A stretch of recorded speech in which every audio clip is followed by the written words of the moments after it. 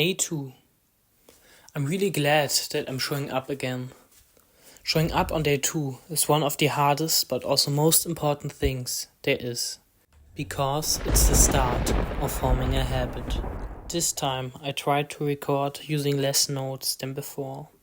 Today was a somewhat successful day. I did some sports, so calisthenics, where I then noticed I don't really know many exercises to perform. And I also don't really know the perfect techniques for exercises or the perfect amount of reps and sets I need to do. But then I noticed I'm just trying not to start, so I just started anyway and I can think about it later. So I just did it.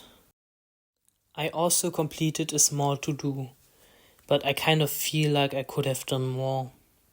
However, I also realized that that's kind of unfair to myself because I set the goal of doing some sort of to-do, some sort of sports and some sort of creational task. And since I did all of them, I basically did what I wanted to do, so it's unfair if I'm unhappy with it now. My creational task for today was creating this video. However, in the next days, I also want to start practicing singing, which I haven't really done yet, so I'm still very bad at it. This morning, I immediately used up my 4-hour entertainment limit on the iPad, which I would rather do after I completed the 3 tasks of today.